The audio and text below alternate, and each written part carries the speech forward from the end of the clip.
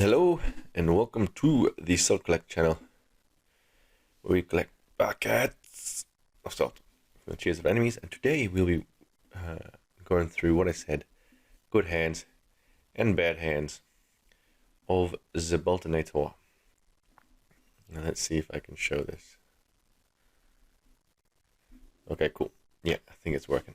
So before we actually get into good hands and bad hands of Boltyn, we need to understand Boltyn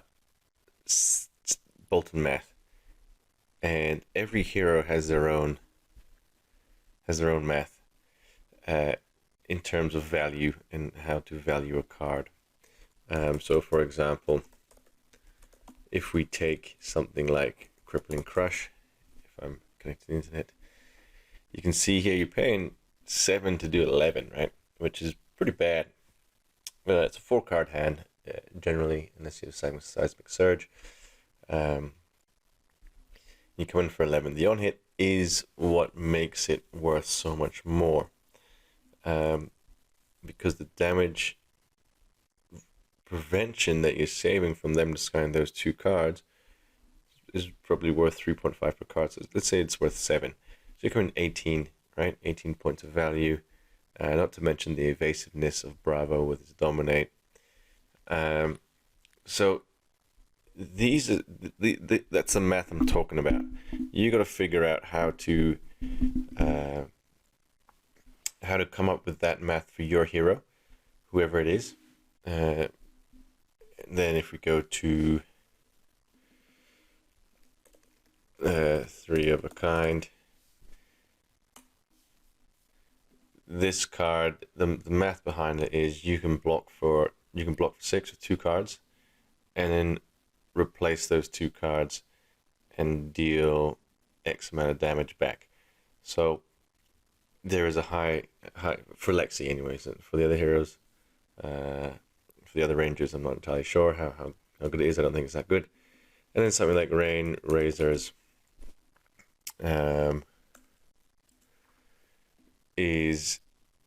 is pure math. It's not. We're not thinking about hidden value. We're just thinking about, okay, there's 2 damage for each arrow that you can shoot. How many arrows can I shoot? So that's a 0 for 6 if you can shoot 3 arrows. 0 for 8 if you can shoot 4 arrows. I think the minimum you want it for is 0 for 4. With someone like Riptide, the value of this card drops slightly because it goes from you're not going to get 0 for 6 like you might with Lexi. You shoot a bolt shot from Arsenal, play this, reload with his ability, shoot again, and then if you're super lucky, you can play Codex or something else and keep going. But that's what we're talking about, the value of the card. See if we can find another one which is less obvious. Yeah, this one is cool. I mean, the value of this isn't by itself, right? Because there's an entire combo involved with it. You pay 2, you hit for 5, let's go again. So it's slightly underrate in just the damage output. The block is bad, but the combination it has with the Descendant, Ancestral, whatever that combo line's called, is so good that it becomes a must block for the defender. So you can see the value of that card, which is not inherently obvious, or not so obvious just by looking at this now. So anyways, if we go back to the Boltonator, now let's present that here so we can see what's going on. I can talk a little bit about that, about the Boltyn Math, and that is basically trying to make Raiden Bahn der Dämmerung, that's German I think, Raiden Duskbane, hit for 3 after a charge card. Because what we're doing is, for example, we hit with Boltyn, charging Courage Steel Hand, or Resounding Courage, we're taking for 3. And that 3 is taking up 2 cards of our hand. And if they don't block, if you don't Snapdragon Scalers, if there's no way to give it go again, That's a 2 for 3, which is terrible. So we need to turn that charge card into more damage, and that is most frequently in the way of raiding. So it becomes Bolt of Courage, charging Resounding Courage, getting Courageous Steel Hand on. So you're going so using 3 cards for 9 damage, plus an on-hit draw with Bolt of Courage, but let's pretend that's not in the equation yet. That's when it becomes sort of on par, and even then it's not that good, right? So this hand, looking at this hand, it's not good, but it's not terrible in that you can push 9 damage with an on-hit draw. That is the way to play Red and Boltyn, is to make sure you're getting that 3 points of value of your charge card each time you charge. Otherwise, oops, let me go back. I don't know what I just did.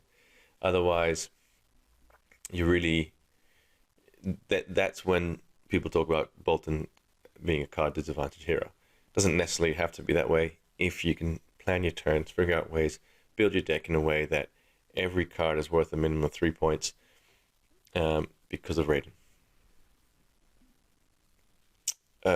Cards so now that we know the sort of simplicity behind Boltyn Math and trying to hit the raiding each turn, because that's what you gotta do, you gotta hit raiding each turn.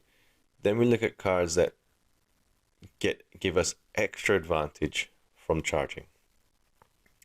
So extra advantage that we get from charging is the Go Again, that Boltyn's ability to go again. The Bannerets, which just give us that extra token of whatever it is. Life Gain, Courage, Quicken, Spellbane. Celestial Cataclysm, which is a 7 Go Again, which is nuts. Which is so good, and it makes the building of the soul very important. Resounding Courage, I put this in because I've been playing it recently. And it rewards you for charging with a Courage token. Is it worth the 1 resource point? Probably not. And then Beacon of Victory, which is a much more commonly played card, or more prioritized card, I should say, because you're going to get Luminous Ascension and deal a whole lot of damage. Without your soul, it is useless. If you have 5 in soul, it becomes 0 for 5 or 0 for 4. Go again, Lumina. 0 for 3. Go again, Lumina. Which becomes pretty good. So it doesn't only replace itself with a very good card that you need in that situation, but it also does additional damage that you've invested earlier on in the game in your soul, which also gives you the ability to give one of your attacks Go Again and swing with Raiden. Yeah, if you don't swing with Raiden on a turn and you've charged, something is going wrong, and you're very likely losing that turn cycle. Unless, if you're... Yeah, I mean, basically the math is really bad. But if you're building your soul slowly, and you're sort of controlling the game, you're playing against a mid-range deck, then I think if you're smart about it, yeah, it's okay. 1 or 2 turns to do that. But even when I'm mid-game and I have a bad hand, I always consider Snapdragon Scalers or Warband of Bologna, using one of these, because you attack them, they block out, you come back with 4 cards, and it's a bad hand. You can't lose that tempo. So yeah. Anyway, so with that in mind, arsenaling things like Resounding Courage, Beacon of Victory, Courageous Steel Hand guarantees that you will be able to use Raiden, even if you have Engulfing Light, Bolt of Courage, whatever, without having to break anything else. So that's why those more common cards are useful to think about sticking in arsenal and saving it for those turns, and not using it just because you have it in your hand, unless you have too many cards, and then we use it. And that's why Iron Song Versus is so good, because if you can get that on hit with Iron Song after a Raiden hit, then you know that your next turn is going to have a Go Again, assuming you get a charge card. And then on the last one that rewards you for building your soul is Luminal Lance, which I think is maybe the worst of the lot. Resounding Courage. I like Resounding Courage because you don't need a charge. It doesn't use your soul, and you could just attack your sword with 0 and then sneak in a Resounding Courage. Luminal Lance does require heavy investment in soul, but does work with cards like Engulfing Light or Light the Way. Cool. Now let's get into the typical hands. Not typical hands, I'll say the hands of Boltyn, and I'm talking about bad hands. We'll start with the worst. The worst is a no charge, no go again hand. So with the deck that I've built, there's a 15% chance, which is quite high, that you'll draw a hand with no charge cards. In this situation, hopefully you can just block out with the 2 Valiant Thrust, the Point Blade, and swing back with Illuminate for 4, and it doesn't affect you much. If you just done a massive turn and they've blocked out the hand, they pass it back to you, you have this crap. You can't play Bolting Blade, but what you can do is you can activate Warband of Bologna, throw in Bolting Blade, attack with Sword, give it go again, attack with Illuminate, and you've drawn a card. So you're coming in for a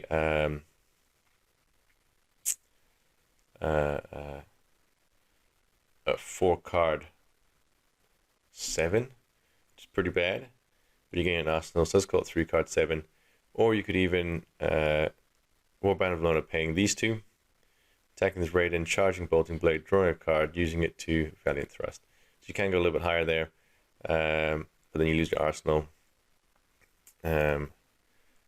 So either one's bad, but there are little ways around it. The best thing to do would be to block here and attack with Illuminate, because that's the absolute best value. That's a 13 point value, block for 9, hit back for 4. Here we have a charge card, but no go again. So this is the second hand, the second worst type of hand you can look for. You're going to find is a charge hand, no go again. Again, for me, this is potential block, perhaps charge. It's a 2 for 4, which is pretty bad. So you get the courage token. Or you block out an arsenal, Bolt of Courage. There's also an option. Or you go block with this one, Warband of Bologna, paying Bolting Blade, attacking with Sword, charging Banner of Courage, drawing a card. And then Bolt of Courage becomes online, so 3, 7, with a card in hand, potential draw. It becomes a bit better that way. Still, these hands you don't really want to see. You have Snapdragon Scalers to help you out if you really need to. You can go Bolt of Courage, putting in Banner of Courage, Snapdragon Scalers, Iron Song versus with Bolting Blade, attack with the sword, and attack with Valiant Thrust. So with that hand, what we're looking at there, we're looking at 3 plus 4 plus 7, so it's 14 4-hand card, which is not bad if you really had a good turn and they've given you this 4-card hand to play with. It's not a hand worth keeping to take damage for sure. And now all we've done is replace 1 card with the Courageous Steel hand, and you can see the value of a pump. Bolt of Courage, putting in Banner of Courage, Courageous Steel handing it, hopefully drawing a card to help you play Valiant Thrust, and then attacking with Raiden and Valiant Thrust. So what's that? We're looking at 3 plus 4 plus 3, so it's 10 plus 7, 17 damage. So that's just by having this 1 pump in there, assuming they don't block the pump with a defense reaction. 17 damage turn is then at this point in the game you're thinking, I can take 12 damage here, depending who you're playing as well. If you're playing a hero with lots of defense reactions, then you might not be so wise to bank on letting the Bolt of Courage hit. But yeah, you can. It's definitely worth going. Bolt of Courage, charging Banner of Courage, Courage Steel hand it for the go again, and then banner it here. So that's a 10 damage. 3-card turn if you want to block with Valiant Thrust. If they do block it out, you just Arsenal Valiant Thrust. Next up, very similar hand again, but we're replacing the Bolt of Courage with Beaming Bra. I love Beaming Bravado because by itself, this is a 2-card hand. If you're in charge of yellow, you're doing 7 damage, which is the same as an E-Strike, right? But it's split over 2 attacks, and each attack has the opportunity to be pumped even further if it's blocked by an attack action. So the upside is damage-wise is higher.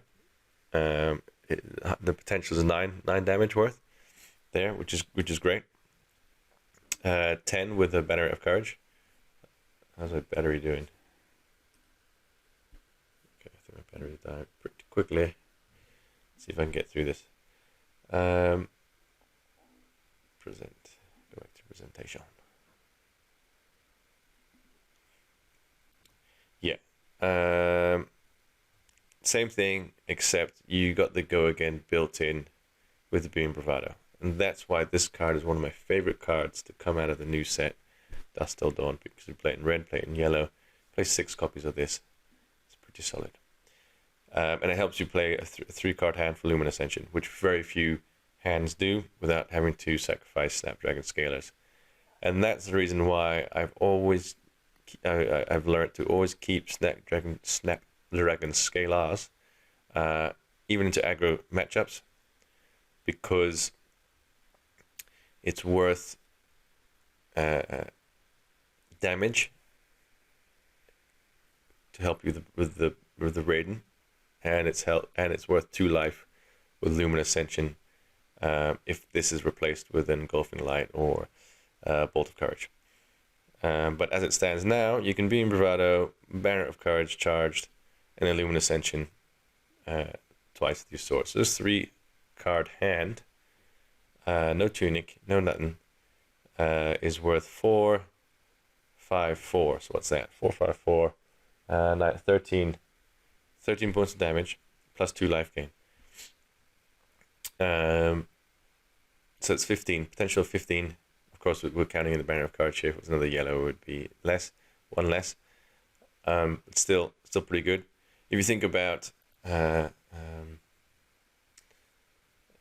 Viscerize blue into Malverian red into Shrill into Rosetta, that is just nuts turn. And it was quite commonly found. This one requires Beam Bravado and Lumen Ascension, 2 very good cards from your deck. So it is painful that we have to suffer those restrictions compared to the cards available to the Runeblade. But we don't complain, because we're warriors of the light. Cool, so now we're upgrading to the turn where the best turns start off like this. 3 counters on Tunic, Spirit of Verinia up, Be the Vanguard in your arsenal. And then, lo and behold, you draw up. Okay, the Spirit's gone, and you have drawn a good hand. This is above average V turn, I would say. Tunic plays the V, charge these 2 here. Banner of Courage, Valiant Thrust get charged. Then I like to lead with a Bolting Blade, I think would be the best thing to do, and force some blocks there, because you're coming in for 10, the Banner of Courage. Okay, I'm going to 10 like this is just not a Banner of Courage. Coming for 5 plus 9, it's really 14 points of damage. And then I want to go the Bolt of Courage before the sword. Why? Because if it is another card that they let me pick up from the V the Vanguard, then I don't want to waste a V in the Vanguard plus 2 points of power. I'll be able to play almost any card. No, that's a lie. I'll be able to play 0 cost and Bolting Blades. So if I draw another 0 cost, that's an extra 5 points of damage.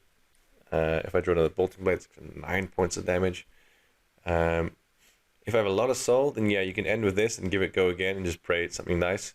Otherwise, I do second to last, see what I draw, then attack in with Raiden, and then Arsenal if I need to. Or if it's really, if I don't like it, no, because as soon as you activate Iron Song Versus, you break the combat chain, and then you can't use V of the Vanguard anymore. Yeah, and then you give better turns or similar turns. Not as good turn, I should say, with Illuminate, because you're losing 3 points of damage here. This is a little bit more normal via the Vanguard turn. It also works with getting rid of just a 3-card hand. So you just charge 1 card and attack with these 2, or you charge 2 cards and attack with 3, 5, 5, 6. Also fine. Depends what stage of the game it is, how under the pump you are, those type of things. But you don't need a 5-card hand for V the Vanguard to be good. I would say you do need either a resource token or more cards, because the resource token point from Faendal Spring Tunic basically acts as a card. So if that's gone, and then you want 4 cards in hand to attack with V. If you have 3 cards in hand, okay, fine. Your Banner of Courage, play Iron Song Versus, V the Vanguard, putting in. This is a tough one. I don't know which one to put in out of these 2. I'd probably put in Illuminate, depending on the situation. So if I was really low in soul, I'd put in Bolt of Courage, so I can hit with Illuminate and hit with Sword. So that by itself is 4, 5, 4. With this one, with this as well, giving it an extra point. So 13, not bad, with something that goes into soul on hit, 2 on hits, not bad at all. I don't know what I've done here.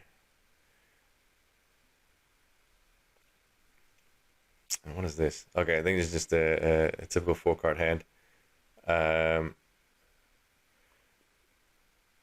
A more common 4-card hand, I should say. Or perhaps this should have gone earlier in the thing. So let's forget about this. We've got the Tunic up. Let's just imagine what we're going to do. Beam Bravado into Bolting Blade.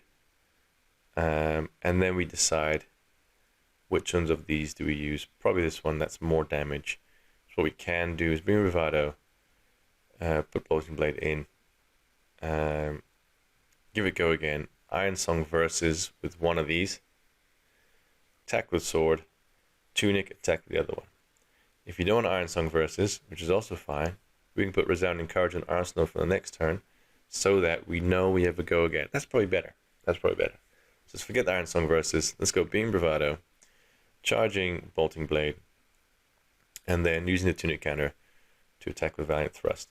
So that's 11, 14 damage turn off of 3 cards and a Tunic. We get to put this in Arsenal and guarantee a good next turn. Yeah, it all comes down to math, right? At the end of the day, like how much damage are we willing to take? How much damage can we return? Do we need the soul? Are we so low in soul that we have to take damage to get that soul investment? How do we set up the turn afterwards? Or how do we set up a fail-safe for down the line when we know we're going to need that Arsenal card for something, whether it's a Sink Below for Bravo and Azalea, or it's a Resounding Courage or Courageous Steelhead, because we want to have that guarantee that even when we draw a bad hand, we're going to be able to use the go again function of Raiden. Of Boltyn into Raiden. So that's why these cards are important and guarantee some of that safety. Cool. Now, quickly, before I wrap up here, I think we got to go into that YouTube video that a couple guys spotted. Turn the sound off. And it was against Max Nitro at 38. Was it 38? Or was it 28? Let's see what he said. 28.56. Here we go. Awkward Affinity. So let's go here. What was it? We have Spirit of Rinya out. Double faced. Yeah, Spirit of Rinya out. And what I could do here, which I didn't do and I should have done, is Beacon of Victory for 1. Beacon of Victory for 1 would have put it to 6. And then Illumina Ascension would have put it to 7. So I would have got the on hit. Then the only problem with that is this needs to be a light card, because this beacon would put my soul to 0. If this wasn't a light card, I would be wasting 1 attack. Oh no, I wouldn't. I wouldn't even be wasting 1 attack because I've already used 1. So that's a lie. I would be able to get the 2 hits in with Lumina, and then I could Arsenal via the Vanguard and go ham next turn. So I'd have 2 shots at getting 1 soul, which would be good. So that was probably the decision to be made, was to Beacon of Victory, get a Lumina. I don't even need to, and then I use a soul for Beacon, and then I potentially get 2 soul back. It depends how he blocks. That was probably the better play now, instead of doing what I did. I can double Luminate even. Double Luminate. But what I do, I missed that. I missed that one because it was a Command and Conquer.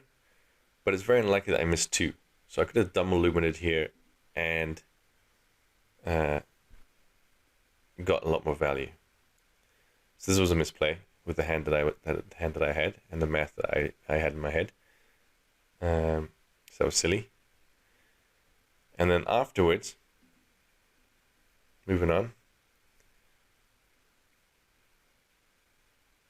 Oh, it's like I missed twice. I missed twice on that one, didn't I? Oh no, because I didn't hit that time. Okay, I didn't hit. This time I hit a... never mind. Okay.